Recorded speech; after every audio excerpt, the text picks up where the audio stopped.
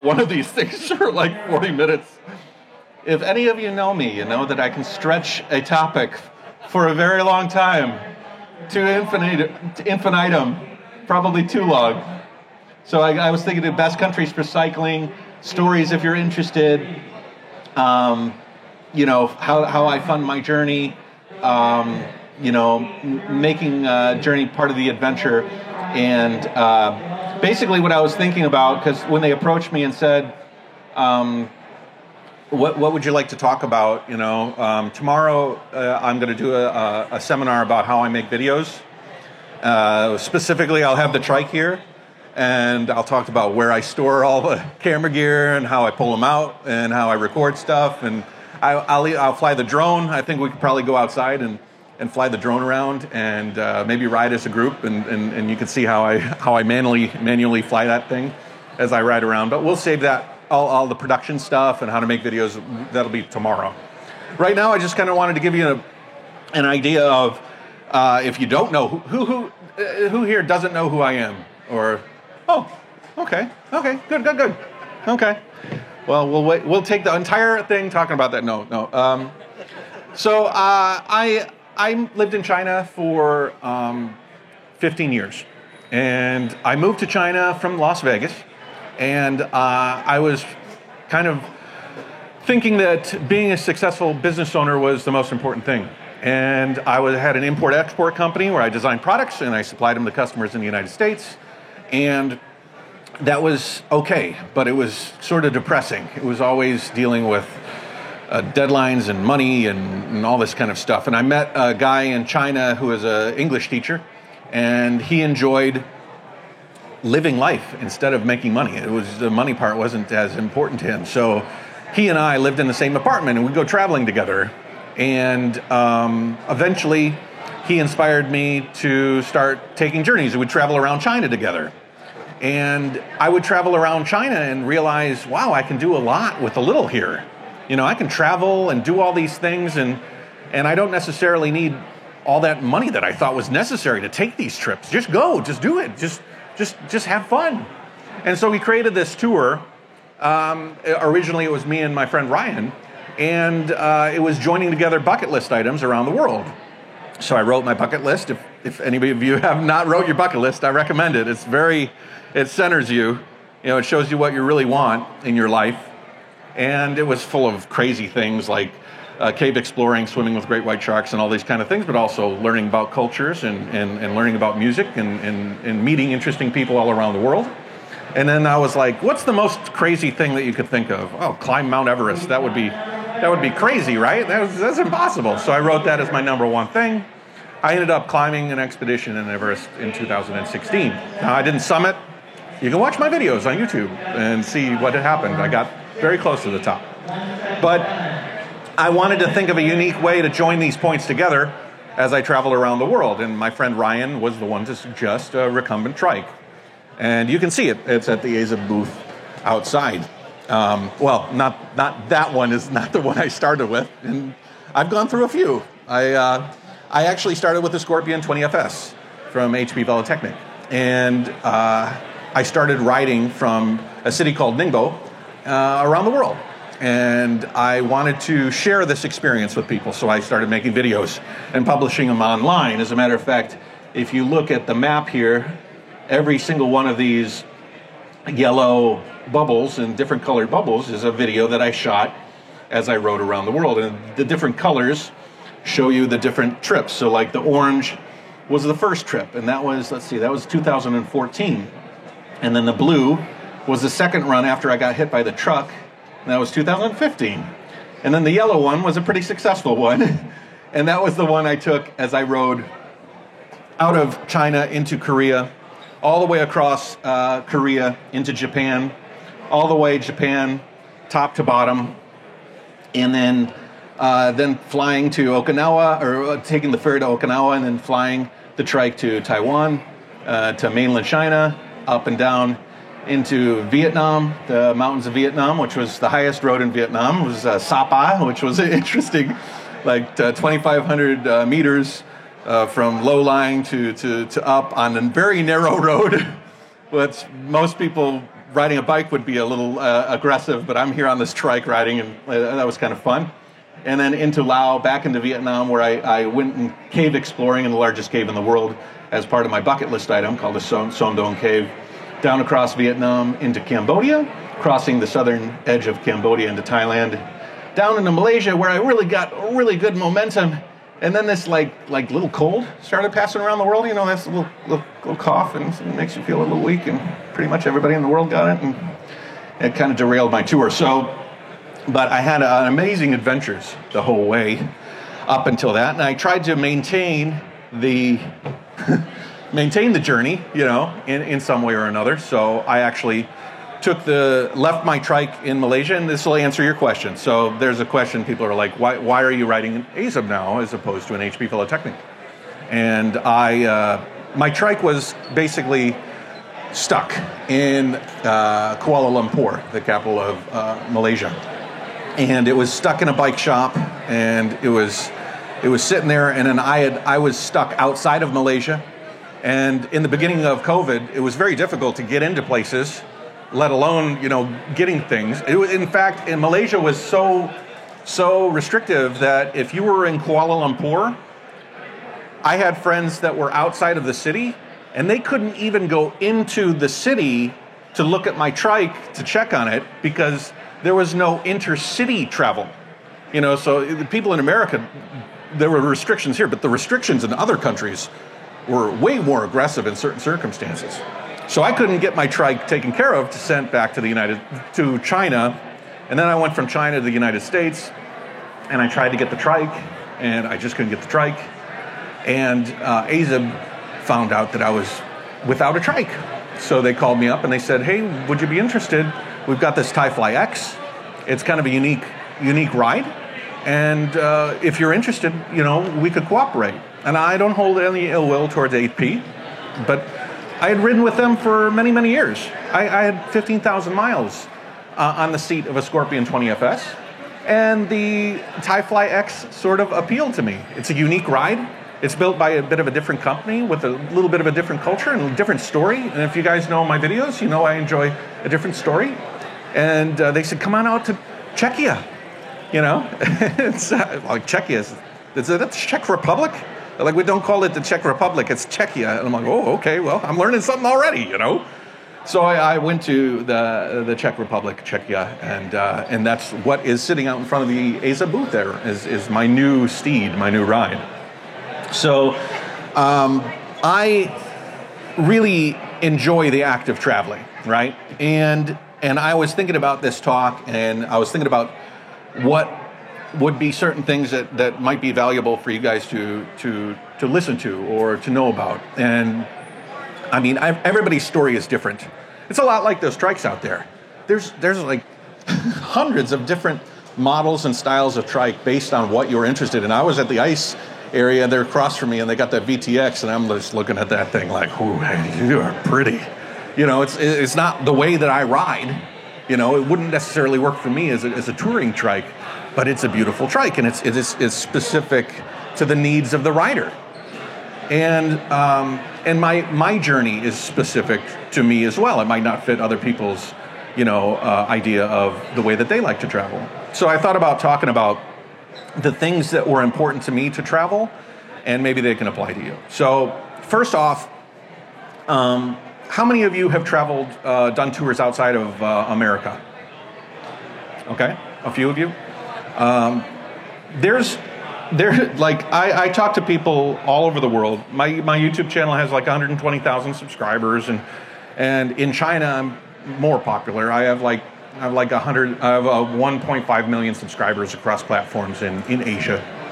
And one of the best moves I ever made was getting out of America and starting to not knocking America, like getting out, you know, into the world and seeing what the rest of the world has to offer. And I think that is one of the important things that like a lot of people need to experience. And it's also one of the hardest things, you know, for those of you that have left, you know, there's a lot of thinking that goes into leaving where you grew up, where your home was, and seeing the rest of the world. And for me, that was like one of the most incredible experiences, because once you get off that boat and see the rest of the world, you go, oh, wow, the food is interesting and different. Oh, wow, and these places are different and interesting. And that's why I created the YouTube channel in the first place, because I thought it was share-worthy, because I was so surprised by it. I was thinking the other people might be surprised by it as well. And so I started to think about doing a tour and constructing the tour, the Jiao, I call it the Jiao World Tour. For those of you that don't know what Jiao means, in Chinese, there's a word, Jiao. And when you say it, Jia, it means to add. So one equals 2. So Jia is literally meaning to add. And then yo means fuel or oil. So if your car is empty of fuel or you're getting low on fuel, you'll say, well, 应该得有加油. It means I have to add fuel to my car. But in China, they've turned it into slang. So when you want to give somebody like hoorah or do your best or add whatever you need to succeed. If your kid's going to school, taking a test, 加油, son. If you're running a race, people will cheer for you. 加油, 加油, 加油. Add whatever you need to succeed. And I was like, well, that is a really, really cool word, So I created the Jiao World Tour, and I talked to a lot of people who travel around the world. And in my travels, you meet other people who travel a lot. And I find that if you want to travel, I would recommend get out there and push your limits as far as you can, but also have like a guiding structure. For example, me, it's the sharing of my stories on YouTube that drive my journey. As long as I am looking at the world and thinking about, oh, this is an interesting thing to share, that's what guides me. And I bring this up because a lot of people, they travel, but they travel simply for the sake of traveling, and I have found that does not last as long as having a guiding principle around it, because if you simply travel for the sake of putting one foot in front of the other, that kind of fades away. I've seen a lot of people that have traveled a long time and that has faded away, but you find somebody who's a photographer, who's looking at music in different countries, who's making a video or doing a blog or writing stories or doing different things, and that is a very motivating factor for people. And I would think that I'm trying to talk about things that inspire me to travel, because I think that that's important to inspire other people to travel. So what would you guys like to know? Because this is kind of an open-ended talk, and I was thinking about talking about what fears there are in traveling around the world and defeating those fears. I was thinking about, I could talk about stories of which countries in Asia were my favorite countries and why, and obviously money and how I fund my journey and how inexpensive it is in Asia. But I guess we could talk about the different countries I've went through and the stories about each one, right? So I grew up I spent the last 10 years, 15 years in China. So probably the most uncomfortable country for most people in Asia would be China. But because I lived there for 15 years, I was able to combat that by just the sheer amount of time I spent there. In fact, China is probably my most comfortable country to be in, and it's probably the most uncomfortable country for a lot of people to be in, because the language barrier is a little bit thicker there, and there are a lot of rules there to follow. And I've been there long enough I can navigate a lot of those rules pretty well, but for newcomers, it's a little bit difficult. So it's a real adventure, China. But the countries that I went through, each one is unique and different, right? So I rode through Korea from Seoul to Busan, and then I rode around this island right here that's called Jeju-do. Do is island in Chinese, but Jeju Island. And Korea is very interesting, very comfortable. I remember the first time I got off the ferry in Incheon, it was the first country that I was cycling to outside of China, and I was like, I don't know how I'm going to pay for a hotel. I don't know how I'm going to make a call. I don't know if the roads are going to be okay for the trike. It was full of questions. Your first time dipping your toe in different waters, and I was overwhelmed. But by the time I got my SIM card, I learned a few things about Korea. Everybody there is extremely nice. The internet and technology in Korea, I mean Samsung, a lot of these companies in Korea are very, very tech friendly. So for me making YouTube videos, that was very, very conducive. As a matter of fact, I was in the middle in the center area where it was pretty, Mongyong, and there was nothing. It was like I was in the middle of nowhere, and I had like 5G signal, and this was years back. Like they were way ahead of the curve. And just to let you know, 5G in America is so slow. Like 5G in America is about 7 times slower than 5G in China. Like I can get 800 megabytes per second on my phone in the middle of China downloading, and here it's like 50 or something like that. It's really crazy. But anyways, Korea is very beautiful, hilly.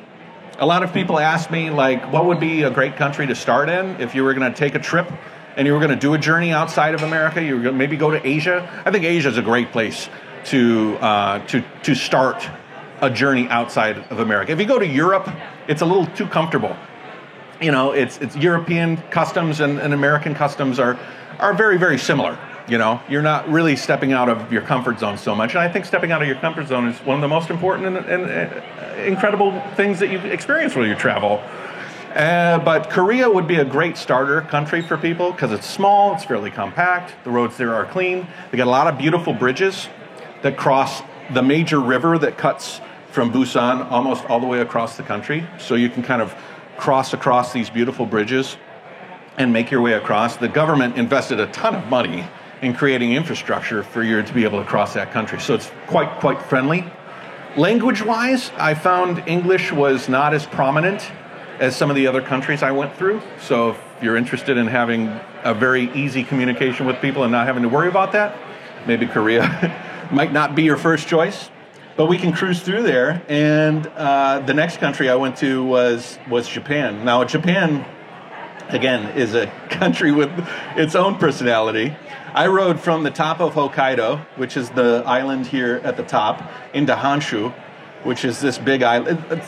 Japan is just a series of islands that are sort of very closely connected. There's actually a separation between Hokkaido and Honshu and all of these different islands, but amazing experience. The thing I liked about Japan was that the change in personality from each island to each. So like, for example, in Hokkaido, which is right like Russia, is like right up here, like right to the north of Hokkaido. North Korea is right across here too.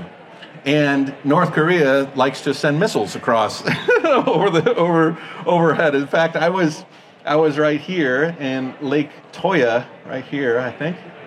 Yeah, and you can see the title of the video. There was a missile that was sent off by North Korea at the time, and it went right over my head.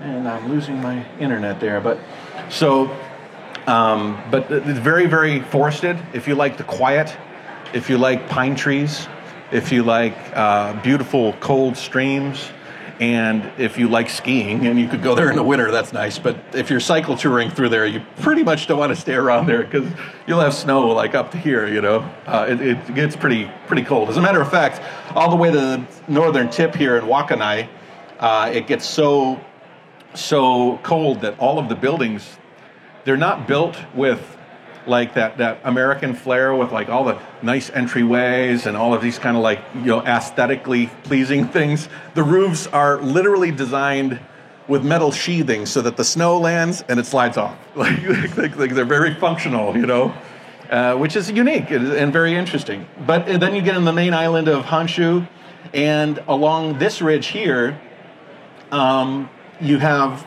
all of the impact of the tsunami that took out Fukushima. And I mean, it's evident that I rode there almost 7 years after the Fukushima disaster, and they were still rebuilding. I mean, because it was very mountainous, high, And you had these valleys, and at the bottom of the valleys you had these fishing villages. And when the tsunami came in, I mean, you ever see what water does as you narrow it down? I mean, the tsunami came in and just washed up a lot of these areas and then pulled the entire village out with it. And I mean, I was even riding through places and I'd put the name of the village in my phone and they'd have a video. And I'd be like riding across a road that was under like feet and feet of water. And I'm like, holy cow. And there was all these villages rebuilding, and each one was rebuilding in a different way. And they were using like Japanese customs to do so. And some were building big, heavy seawalls that would block the view of the water. And then there was a village here that raised the whole city off the ground by like 20 feet. So instead of building a wall that would block off the view of the water, they raised the whole city the height of the wall so that they could still have the view of the ocean, which was, I think, because a lot of those walls, I mean, if you're near the coast, you didn't have that coastal view, you know, you just had concrete, you know. And then there was also very, very impactful moments. Like I was in Owaki, and there was I like to fly my drone. Tomorrow you'll see how I fly my drone. And I was flying my drone and I saw this dilapidated structure, and I flew the drone around it, not knowing what it was, just kind of scoping out. I use the drone to kind of like scope out, go forward and see what's going on up ahead so that I know what roads to take and what the kind of interesting things are there. And I ended up flying around this thing, and it wasn't until I walked over there that I realized that it was an elementary school, and that like 50 kids were swept away by the tsunami, and they were keeping the school in its state, which was, you know, it was tore up, you know. And it was sad because there was a hillside right next to the school, but nobody realized how bad the tsunami was going to be. I mean, they were literally like half a dozen steps, you know, from safety, but they waited, and they were swept away. And so, you know, I mean, the traveling has been beautiful because it kind of gives you that perspective of the tragedy and the beauty in life, you know. And that was beautiful opportunity to see that sort of life in Japan. Then, I mean, if you're cycling and you want something amazing, and I cannot pronounce this really good, but it's a Shimanami Kaido. The Shimanami Kaido is a series of islands that link Shikaku and Honshu Island, and it is right here. And if you're interested in a really amazing video that I shot, it's cycling the Shimanami Kaido. Pronouncing that was crazy, but. That over here because you're blocking the screen. Oh, yeah. You know what I can do? I can pull this. Yeah, I just don't want to come. I can actually. Is that better? Yeah. I can do this. So, anyways, Japan was beautiful. Then I cycled around Taiwan, probably one of my favorite countries, and probably if somebody was going to ask me about the best country to cycle around, if you're new and you're interested in cycling around an interesting island and seeing an interesting piece of culture, Taiwan has the personality of China. Like, obviously, people speak Chinese here, but you have a very varied amount of landscapes and a very varied amount of city types. Like, you have the rural villages, and then you've got the urban centers and manufacturing and all this, but you also have the nature. And it's not that long. It's like 1,000 miles just to ride around it. So you could do it in a couple of weeks or more if you had time. And it just has so much personality. And it's got some subtropical islands that you can go to fairly easily. And the ferries can take you to different places. A lot of people wonder how I get different places. A lot of the ways I traveled around was putting the trike on the ferry and riding around. I actually was a sort of a connoisseur of ferries, the Japanese ferries, the Korean ferries, the ferries in Southeast Asia that look like they're about to fall apart, you know. The ferries that spew such thick black smoke that you're choking. You're like, and then the smoke kind of billows over, and then depending on the wind, it just settles down right where you're hanging out. Where was that? I think that was Vietnam. But yeah, Taiwan is very, very cool. Then I went up to Guilin, and I actually I ended up on my second tour riding around a place where I had the car accident. I met my police officer, the guy that took me off the road and took me to the hospital, and I ended up having an interesting experience sharing the time with him, because I was like sort of a local celebrity, you know. It was like this big white guy on a 3-wheeled bicycle just got almost killed in the middle of our village, you know. The mayor came out and shook my hand. It was you know, it's a weird way to get notoriety, but you know, take what I can get.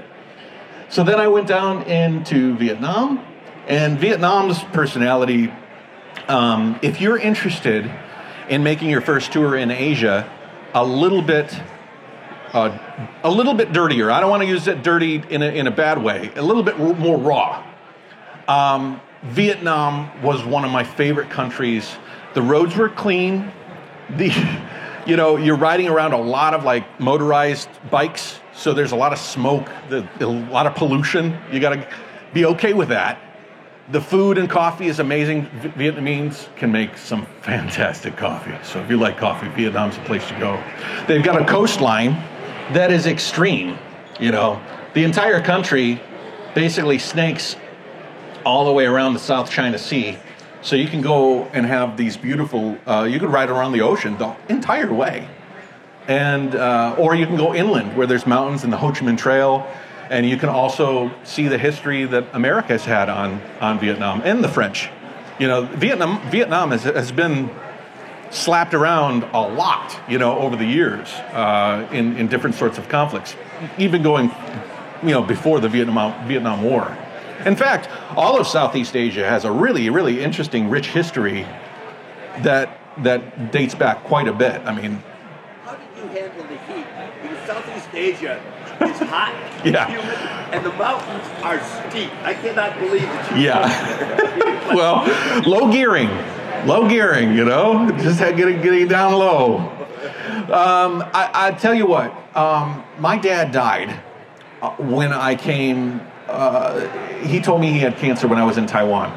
The timing of my journey had it so that I would ride through Southeast Asia in the winter months. But then my dad passed away, and it changed the clock 6 months. So I actually rode through Southeast Asia in the worst time that I had really planned. I went through there in like the summertime, the warmest months. It got so bad that, and it's not just the heat, it's the humidity.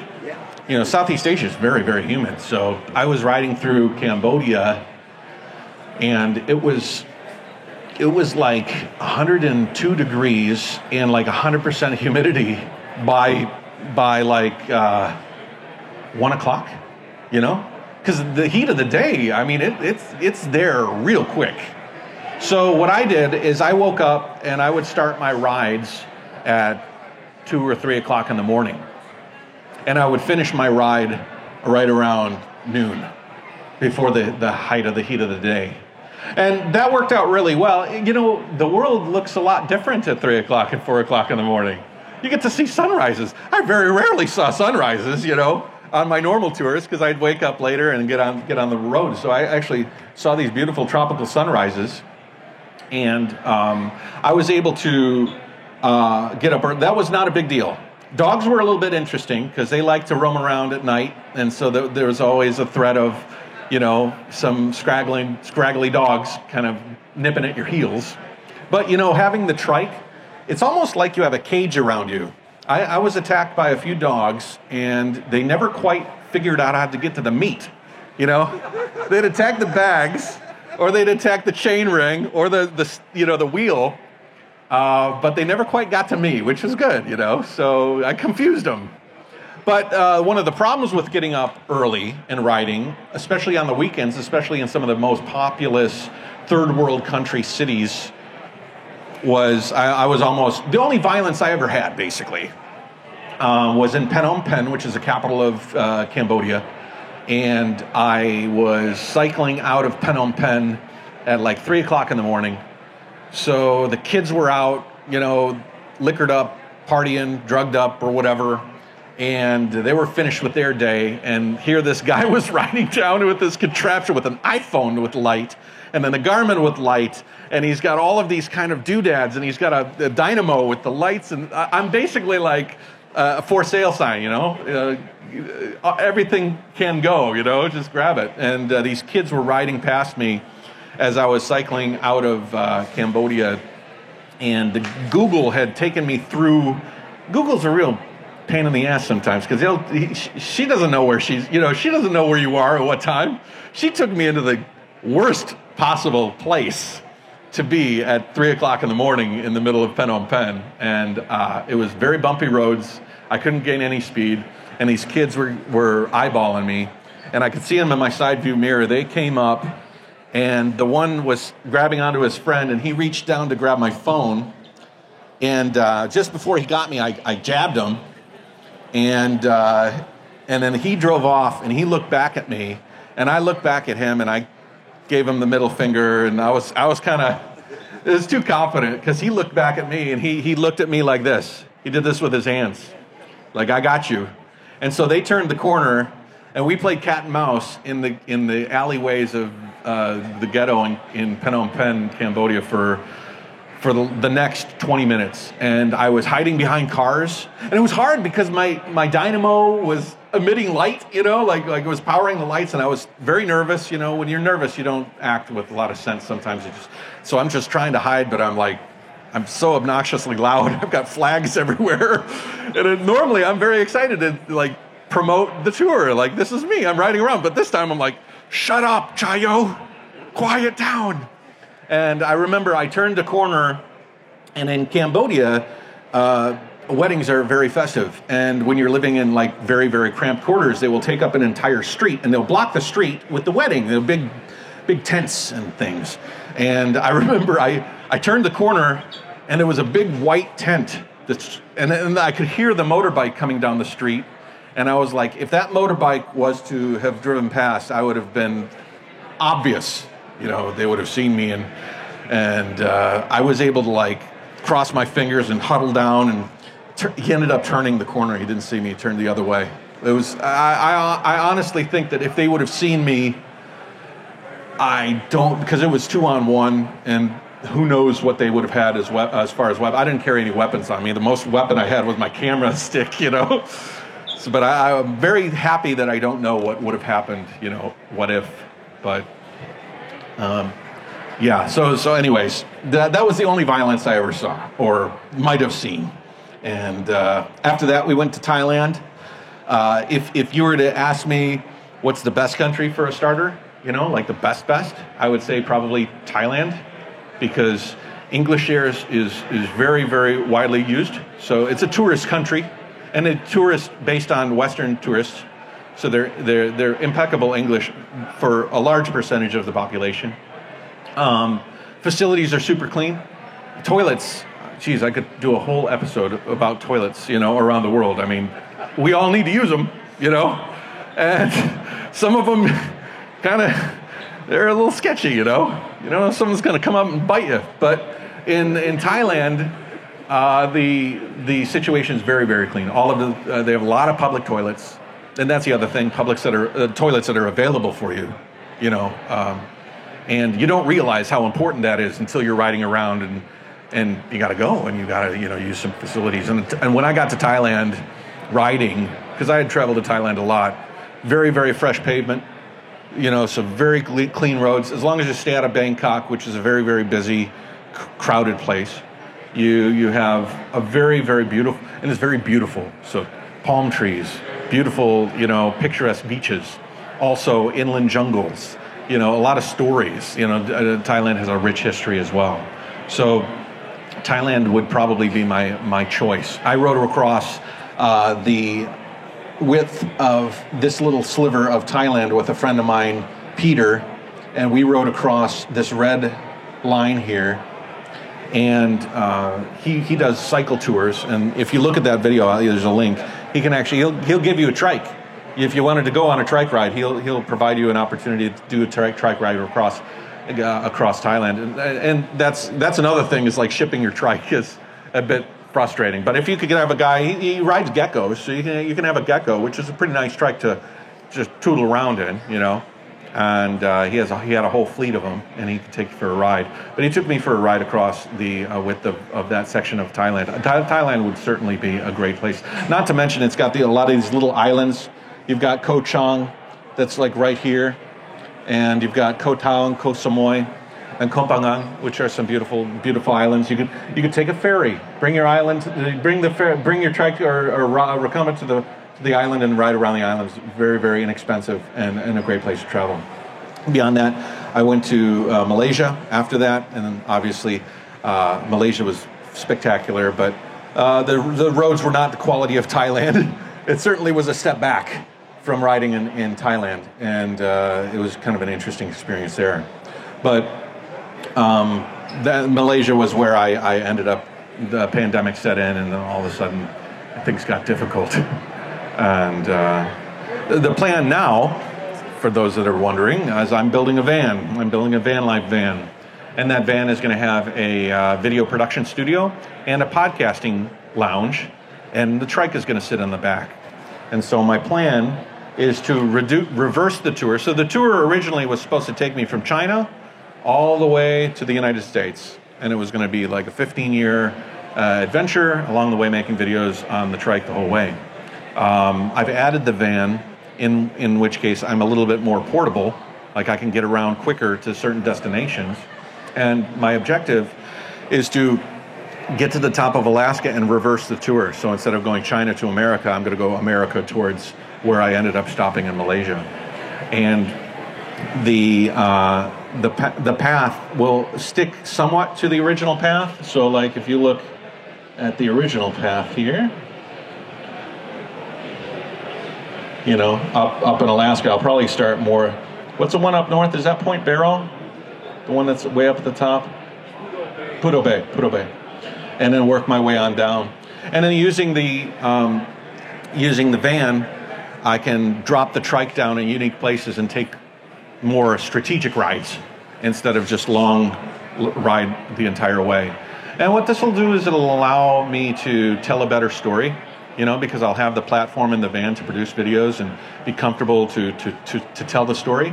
And it'll allow me to get to the really interesting riding places instead of the long drone, you know, connecting point A to point B, which was beautiful. Connecting point A to point B. Often found stories that you wouldn't normally see, you know.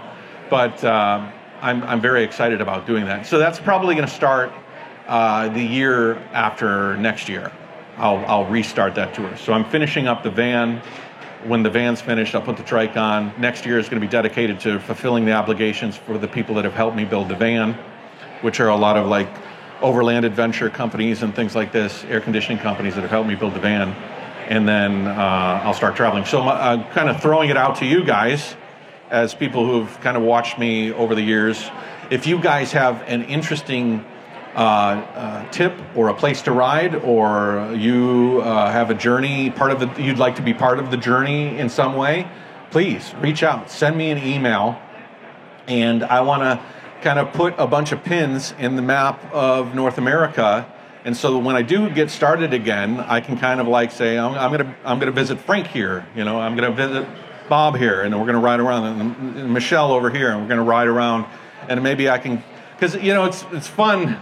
Is that even yesterday we did the vendor event here, so I was meeting a lot of the vendors, and people were coming up and being like, "Hey Matt, you know, I've seen you for a long time, you know," and all of you people have seen some of my videos, maybe some more than others, but I was in Asia during all of that period, you know, so I'd never really had an opportunity to really connect with the people that were kind of spectators to a lot of the journey that I was having, and now I have an opportunity to not only have you as people that watch the journey, but the people that are part of it, you know, and I'm kind of excited about that. So if you guys have an idea, you know, send me an email.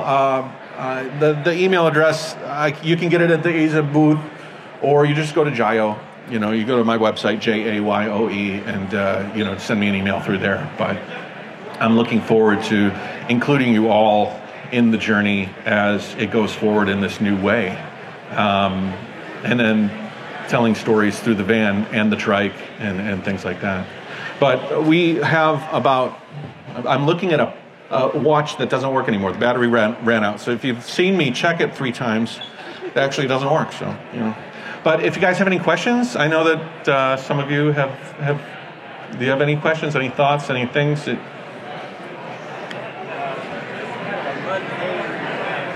Sure. Credit card can. Yeah.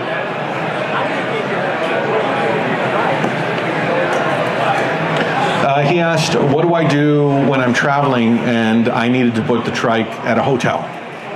Well, my attitude with regards to traveling with the trike changed a lot over the years. So in the beginning, I was super paranoid. You know, I had the Scorpion 20FS, and I would fold that thing down, I'd take it all stripped down, and I would carry it into the hotel rooms, you know, every single time. And that worked pretty well. But there was some hotels that were small. The doorways in Asia were small. I couldn't even fit the trike through it. And I would often pull favors with the lobby staff, and I would say, "Hey, I've got this unique vehicle. Can I keep it in the lobby?" You know, oftentimes it would be tied to a tree, you know, like one of those fancy trees in the lobby or something. And I would sell it to them. I would say, you know, it's kind of a display piece, you know. And I had my original ride. I had these banners on the side that were written in the language of the country that I was in, you know. So there's a Korean one and a Vietnamese one and a Thai one, and it was, "Hi, my name's Matt. I'm traveling around the world. I'm on this journey. This is my website." So I used to sell it to the lobby people as you know, put this out there. Maybe it'll be a fun story for people, the guests that come in, and they can see it. There was even instances, I mean, that trike was a very expensive vehicle. I would take my bags off and I would lock it outside by the end of it. You know what I found out was that we are very paranoid. You know, we're thinking that at any moment, any bad thing will happen to us. And as you traveled more and more, you softened it, you know, and you started taking risks. And then you found out, oh, that was okay. And now, granted, all I needed was one guy to walk by with a snip, and he would have taken it, and I would have been like, that paranoia was well worth it. But it just wasn't, you know. Most of the time, my faith in humanity was very well fulfilled. You know what I mean? So, and I found staying in these hotels. Now, like everybody travels differently. Like I was telling you in the beginning, everybody has a different ride. Everybody has a different method. And my method was making videos. So I needed to stay in a lot of those hotels. I needed Wi-Fi at the end of the day to produce the videos that I would upload to YouTube. So I would have rather probably camped a lot more than I did. You know, it just wasn't the vehicle for getting the lifestyle that I wanted done, the way that I wanted done. I wanted to share a video every day. You know, in order to do that, I had to settle down every day after I recorded all my stuff and then compile it into something that I hope people might be interested in watching. So Are you done traveling with a trailer? The trailer, well, I tore my meniscus, you know. I was riding, I think my whole ride was like my trike, the Scorpion, all the bags, the trailer. Just the trailer with the stuff in it was 80 kilos. It was nuts. I could barely push the damn thing. And I'm pulling it, you know? And just to show you how obnoxiously crazy it was, there's this is the camera I have now. It's very, very light. Like I can, you know, very, very easy to use. But I used to have a DSLR camera, which a bunch of glass, so like different lenses. And I had a GlideCam 3000. It was a gimbal. And it was a stick that came down from the camera and it had a beam at the bottom that you put steel plates onto. And I used to carry 3 pounds of solid steel just in the box. It's like the most, it was not a smart thing to do. But I rode with that trailer and I ended up tearing my meniscus. And I had to rethink things because Everest was coming up, my Everest expedition. And I had to get my knees in shape from that. So I took the trailer, put it in storage, and then it's never come out of storage. It's still in storage in China. I think that, and for those of you who don't know, it's a great trailer. It was an I-Do trailer built on a frame with a Zarges case. It had a Weber hitch that was like a forked Weber hitch that sat on both sides of the tire, which was great. It had suspension and a dynamo. The thing was overbuilt. I will certainly love to ride with the trailer again, but I think that I'll be a little bit older, and I think I'll probably work in electric assist. you know, and to help carry that trailer. Might need a bit of a retool in lifestyle, you know, in order to have that trailer. But it's a lot of fun. It's still sitting there in China. I love the idea of the Dynabot. Yeah. I had a lot of ideas. But anyways, I think that's about it, right? So if you have any questions or any thoughts, I will be at the AZA booth. Come on by, say hello. I have a bunch of flyers there. We'll take some pictures. Can I make you part of my vlog? Sure. Okay, hold on. Okay, so we just finished the first seminar, and this is everybody that came. Can I get a Jayo? 1, 2, 3, Jayo. 1, 2, 3. Okay, that's the end. Jayo. Thanks, guys. I'll see you at the AZA booth.